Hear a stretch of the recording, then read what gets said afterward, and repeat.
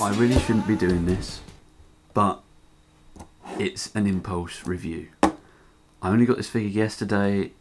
I haven't really had the time to take in every little detail of it, but I'm going ahead with this anyway because I think for the first time in quite a while this is a figure that I've had straight out of the box and loved straight away. Space Case is something nice, something different, and well, I'm going to tell you why. This jet mode is nice, these forward swept wings and all that. These wings and the cockpit, most of it apart from these wings back here, are cast in sort of translucent blue plastic, which is nice. It's a nice sort of feature. It's certainly different, but where you have the opaque pieces of plastic, they really do stand out against the sort of smoky blue, so you do end up with a jet that is a bit strangely coloured. It has got all these nice shiny cyberglyphs scattered over the jet, which they don't bother me really. I like these ones down here, but I don't really like the way they're just scattered anywhere on wings like that. But apart from that, you've still got loads of paint apps. These lightning bolts on the front, these zigzag bits on the wings, the Decepticon symbols on there. It's all nice, and it all sort of matches up with the G2 Space Case, who this guy is obviously meant to homage a lot. It does have some landing gear that you can have down while the trident is underneath, but of course as soon as you do that you just see robot legs, and because they're bright white your attention is sort of drawn to that. That's a little bit of a downside, but at least he's actually a jet with some thrusters. It's been a while since anything like that has happened. I'll just take a look at this trident here, which is folded up and clips on the inside of vehicle mode, and it's actually really long. It's longer than his when you extend it fully, and it's got this cool sort of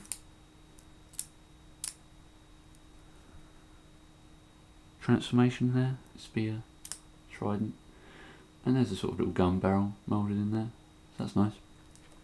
But because the whole length of this, most of it, is basically just 3mm bar, you can go ahead and, if you so choose, insanely overpower a Cyberverse figure and give them a really, really oversized weapon. That's cool. I'll put the trident off to one side, and I suppose we get into robot mode. Now the transformation on this guy is really unorthodox. It surprised me, confuddled me a little bit at times. You basically turn the jet inside out. Wherever you might think the bits go, it turns out they go in the other place. So let's start. Fold down these landing gear, untab the wings and the legs. Now this is a little bit of a flaw, this figure. They do like to untab very easily. I think it's this sort of translucent plastic. It doesn't really want to hold on to any tabs very tightly. But hell, you know, it's not going to be 100% perfect. So take out the legs, fold them down like that. You want to take this nose cone bit, pull that out, and sort of extend it up like that. Take the legs, fold them over like that, and then collapse the nose cone flat like that. So that's a bit of an unorthodox transformation for a jet. Don't have the nose cone come down, you have it come up instead. Then you want to fold in these side wings and twist around this whole top section, or do that first and then fold them in. And up here you've got will be the arms, so just separate them, move them out to the side, sort those out in a minute, and you flip that forward and then that back, and there's a red notch here. It's going to tab in back here. You do need to push on quite hard to get it to stay, and you need to get that in there, otherwise the arms aren't going to want to tab in up here properly. And then you take this black section on the back, flip it down, there's his head, flip that up, tab that in, and put that back, and then come down to the legs. I'm going to take the toe and the heel, separate them out. Now this is nice, these are nice sort of tight joints, and because you've got these separately moving bits, you can get some nice stable poses out of them. And then take the wings, take them out like that, sort of rotate it at this piece down, tab it in, then rotate the wing up, and that will tab in against that little blue bar in there. And do the same on the other side. Stand them up, and now all you have to do is transform the hands. So open that up. You need to sort of slide those over a bit, turn around, put it all back. You can leave them like that for some sort of built-in guns, but you really need both hands to get full use of this awesome trident he's got. So there's the robot mode.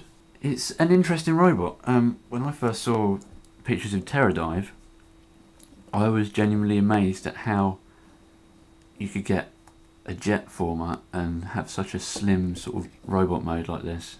Everything is tucked away, you know, wings end up flat to the sides of his legs. There isn't any jet kibble. These don't count because these just look good. You know, little wings on his back. Every jet former needs some wings sticking out somewhere, otherwise you wouldn't know what he turned into. Really, if those wings weren't there and you just looked at him front on, you could not tell what he transforms into.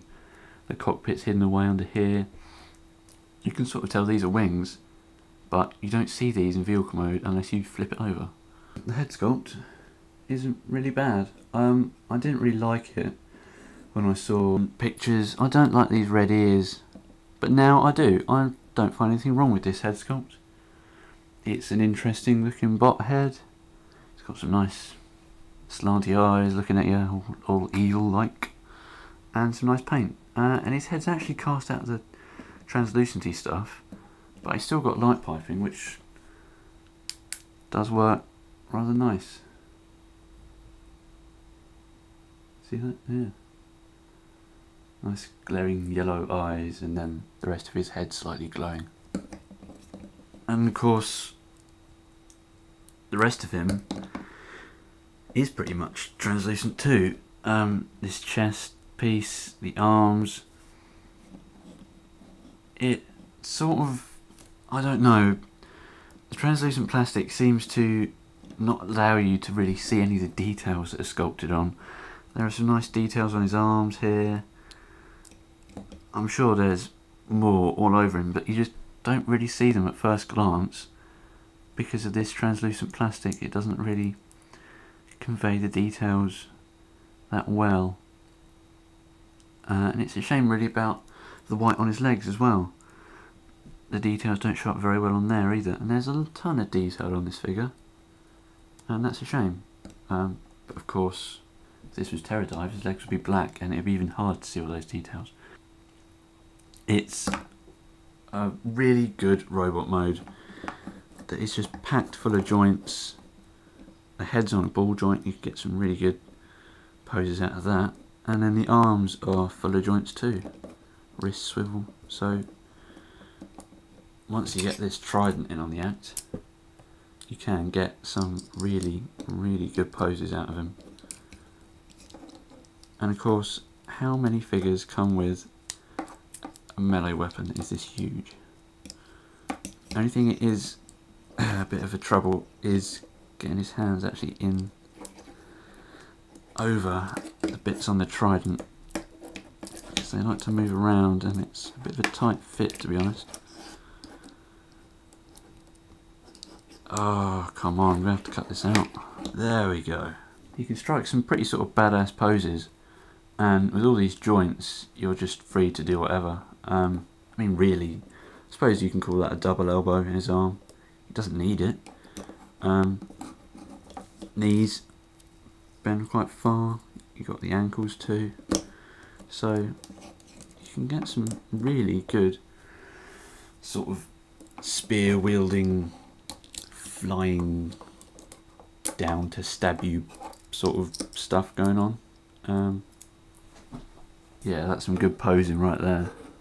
And this being the nice exclusive figure that it is, that's not all you get. You get a cool paint job and an excellent figure with a brand new head and a comic too. Now this is such a nice touch for me, because it just harkens back to the glory days of Armada and Energon, when every figure came with a little comic. And you see, this is proper IDW as well. Full colour, yeah. I won't get into it too far. I don't want to spoil the story for you in case you do want to read it, but it's pretty obviously going to be quite a childish sort of story.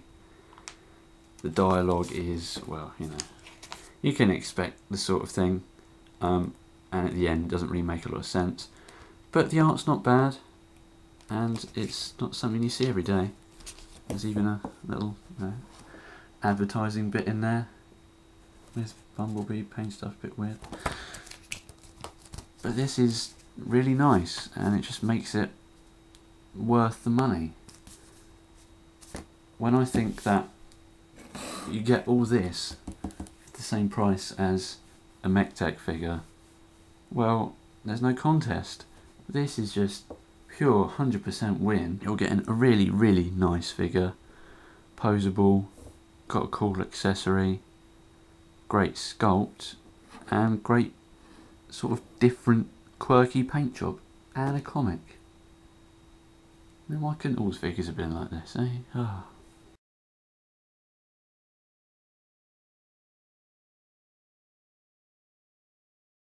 Let go!